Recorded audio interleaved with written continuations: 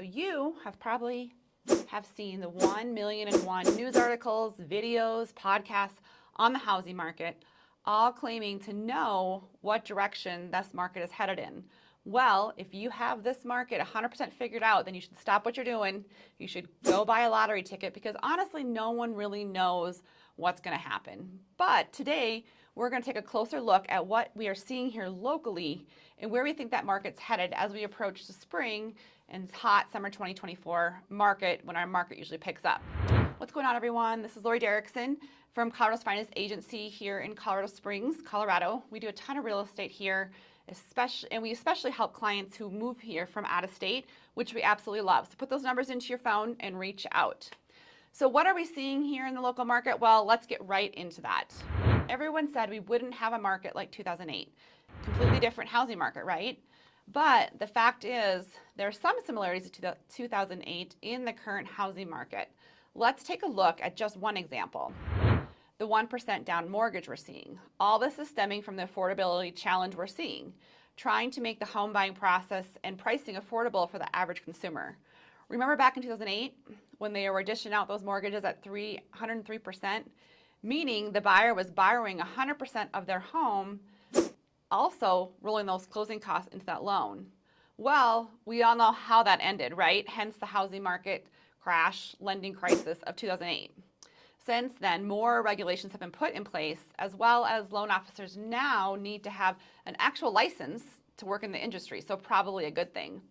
But these 1% down mortgages are not like the 103% loans of 2008, but borrowers are able to put down a lot less as the industry tries to offset those rising interest rates. A recent article by Bankrate states that Rocket Mortgage, which is the largest lender in the U.S. in 2022, announced the One Plus program in May of 2023, which helped buyers cover up to 2% of the down payment. Similarly, United Wholesale Mortgage, the number 2 lender, launched its conventional 1% down loan in April and then made them significantly more generous following Rocket's announcement. Some lenders are even helping buyers cover that PMI, that private mortgage insurance. This all comes from them trying to compete with Fannie Mae's Home Ready Mortgages and Freddie Mac's Home Possible loans. Those initiatives allow borrowers who make less than 80% of their neighborhood median income to obtain a conventional loan with just 3% down. But there has to be a catch, right? Well, usually there is. Banks are covering these costs and taking on more risk, which typically means an even higher interest rates passed along to that buyer. So again, weighing the pros and cons, but realize nothing is for free. All this to say that right now, banks are more and more willing to take on those risks to help people get into that housing market. So we said nothing is for free. Companies are always trying to find a way to put money back into their pocket. Zillow Home Loans rolled out a new option as well to compete, a 1% down buyer payment assistance program. And guess what? Zillow pays the additional 2%, bringing the total down payment to 3%. But if Zillow is willing to chip in 2%, do you think that the buyer is actually paying market value? Or could it possibly be that Zillow is increasing those home prices that they have on the market so that the buyer is possibly overpaying? They're saying to themselves, let's just inflate the price a little bit and make it look like we're chipping in, all in order to get the loan closed and money in their pocket. Now we need to look at adjustable rates. So the question is, do most buyers really understand how these loans work, or are they being told how they work? Or maybe they're being told, don't worry about it. It's just the little details of your loan and it won't affect it later on. And hopefully you can just refinance. Well, there's 2 red flags with this. In order to refinance, it costs you money. Yes, that's right, your hard-earned money. Lenders and new builds will tell you, don't worry about it. You can refinance in a year or 2 when the rates will be lower. But yes, you guessed it, a refinance typically costs between 2 and 4% of the loan balance. And then here we insert the other red flags of who knows if rates will be lowered or how much they'll be lowered. Oftentimes, these adjusted rates are hidden into the terms like 2-1 buy down or 3-2-1 buy down, and you may ask yourself, what are those? A 3-2-1 buy down can make home ownership more affordable for the buyer during the initial years of the mortgage, as the reduced interest rate results in a lower monthly mortgage payment. Each number represents a percentage point reduction in their interest rate for the buyer during those specific years. So for instance, year one, the interest rate is reduced by 3 percentage points from what the market rate would typically be. Then in year two, the interest rate is reduced by 2%, or 2 percentage points, I should say. In year three, the interest rate is reduced by 1 percentage point. Typically, the seller or the property of another interested party, such as the builder or the developer, provides these funds to the lender or third-party escrow account to cover these costs of the interest rate reduction. While these are great options for many home buyers and many of our clients that will take advantage of these, we want you to understand the terms as we dive into these types of loans. We don't want you to be blindsided when your mortgage payment goes up in 2 years or year three of that loan. So now let's talk about the feds and how they're trying to fix the housing market and inflation. We are looking at how the feds have been raising rates both in 2022 and 2023, and it is, again, not having the enormous effect they'd like to see. And why isn't that working in terms of the housing market? Well, new construction is providing all of these incentives and alternative incentives and forms of financing to get buyers out of their high interest rates. And lenders are becoming more and more flexible with their lending terms and willing to take on more risk. And inventory is relatively low. Another big issue we need to talk about is how student loan payments will affect the housing market. As people begin to resume their student loan payments, it will definitely make a difference to many buyers and homeowners' budgets. In fact, a CBS article just stated that about 1 in 5 Americans has an outstanding federal student loan, with about 1/4 of borrowers saying they are using money that they previously put towards loan repayments right now towards bills and necessities.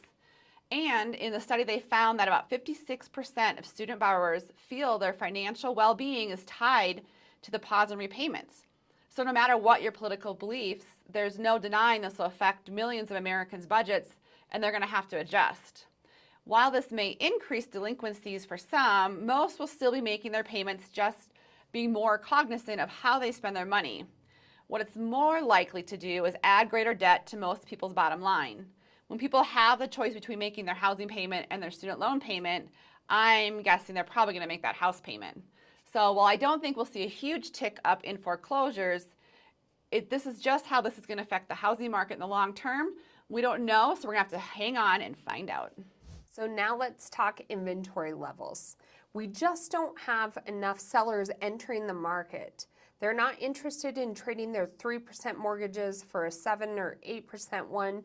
So most realtors are going to say it is a seller's market in terms of supply.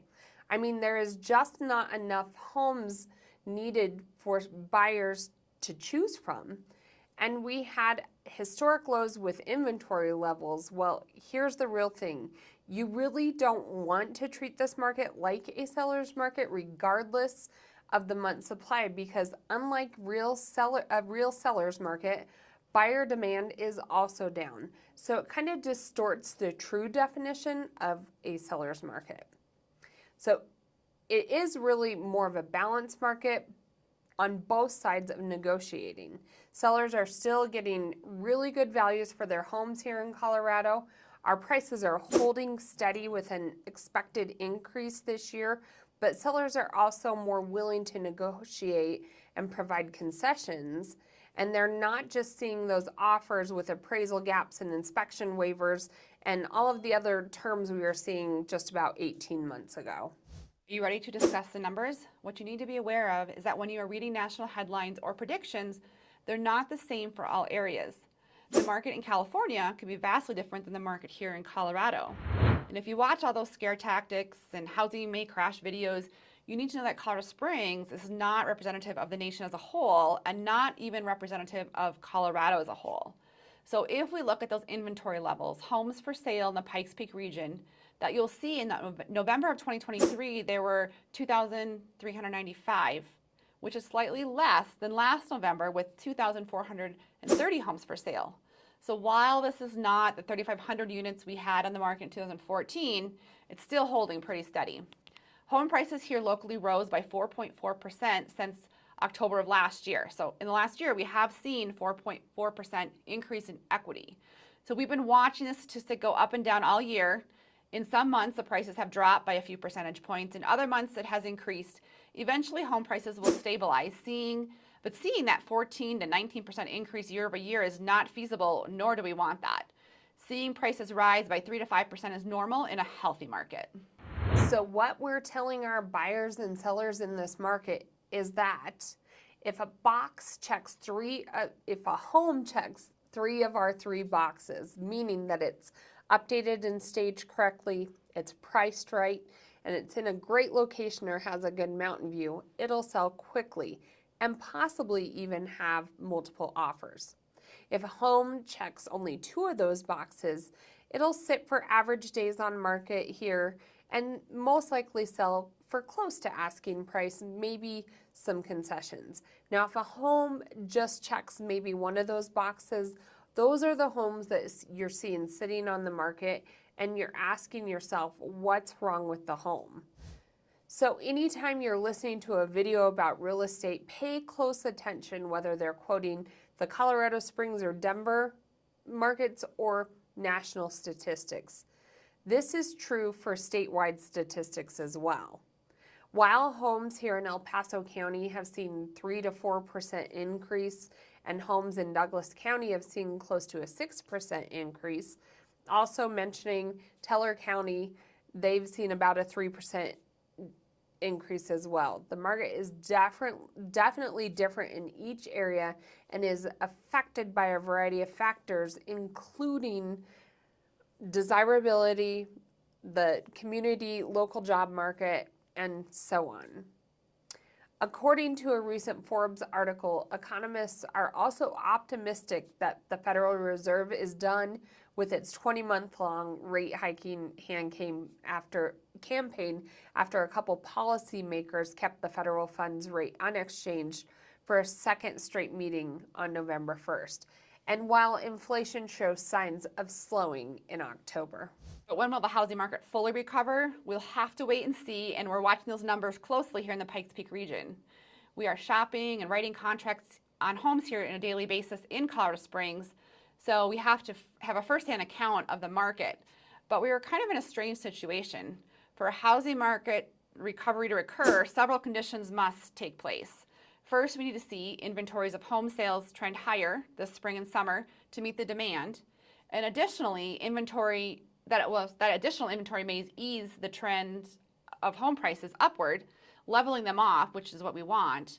And of course, interest rates need to cool, just not too quickly, because rapidly falling rates could create a huge surge of demand that negates any inventory gains, causing an increase in pricing again, which will lead to the prime real estate market in summer and spring, causing that crazy market again.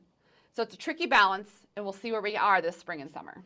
And with Colorado Springs ranking the #2 place to live in the latest U.S. News report, and with a growing economy, we will make sure the housing market here in Colorado Springs for the 2024 season continues to show major growth. It is slated that several new high-tech companies are expanding to the Colorado Springs area in 2024. A new 8,000-person outdoor concert amphitheater venue. Also, a new indoor ski lounge with virtual snowboarding is coming, and hundreds of new restaurants and bars are also expanding to the Colorado Springs area. Colorado Springs is quickly coming on top of people's places, their number 2 desired places to live in 2024. So if you're thinking of making that move to Colorado Springs, give us a call or text anytime. We'd love to hear from you all. Just reach out. Just like each market across the nation or even within Colorado, it's so different. So is your situation. So depending on your personal situation and various factors, we may advise different for you and your situation than we would advise other clients. So maybe you have a house to sell or you want a specific neighborhood here in Colorado Springs. Maybe your loan terms are unique and so on. This will affect how we approach your move and relocation to Colorado. So you know what to do. Drop those numbers in your phone, reach out. Goodbye for now from Colorado Springs. So I am back. So another thing we really need to talk about is the housing market. Can we have such low record levels of inventory, and how can it still not be a seller's market that so many real estate agents are claiming it to be right now? Sales volume is at an all-time low of 4 million. In 2021, it was well over 7 million. We literally have almost half as many sellers as we did 2 years ago.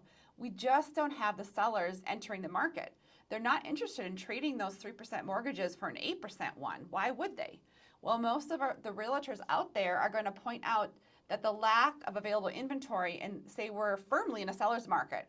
They're going to use the phrase month supply whenever they say this. Well, here's the thing. You don't want to treat this market like a seller's market regardless of the month supply, because unlike a real seller's market, buyer demand is also down. So it does distort this truth, the definition of a seller's market. So yeah, we have low inventory, low month supply, but that's not the only thing that makes up the seller's market. So I have another topic of very serious concern that we need to be aware of, especially if you watch those housing market crash videos. This is what you need to know across the Front Range of Colorado, is that it's not representative of the nation as a whole. It's also not representative of, if you look at Denver specific as Colorado as a whole, because of our large population of military, personal contractors, the tech industry, healthcare. We're constantly moving in and out, and so we're somewhat insulated here in our local market. And I also have to mention our desirability as far as, those mountains, those sun, that recreation outdoors. Denver is a really desirable place to live, so it creates a whole different market. So there you have it, folks. Some eye-opening insights across the Front Range of Colorado, the Denver housing market, and it parallels kind of the 2008 financial crisis at times. It's crucial to stay informed about these developments. So whether you're a potential home buyer, a real estate investor, or just interested in hearing about the state of the economy here in Colorado. So if you're thinking of making that move to Colorado, we would love the opportunity to help you. Drop those numbers into your phone and reach out. And you may have heard of our Big Green Box initiative coming in 2024.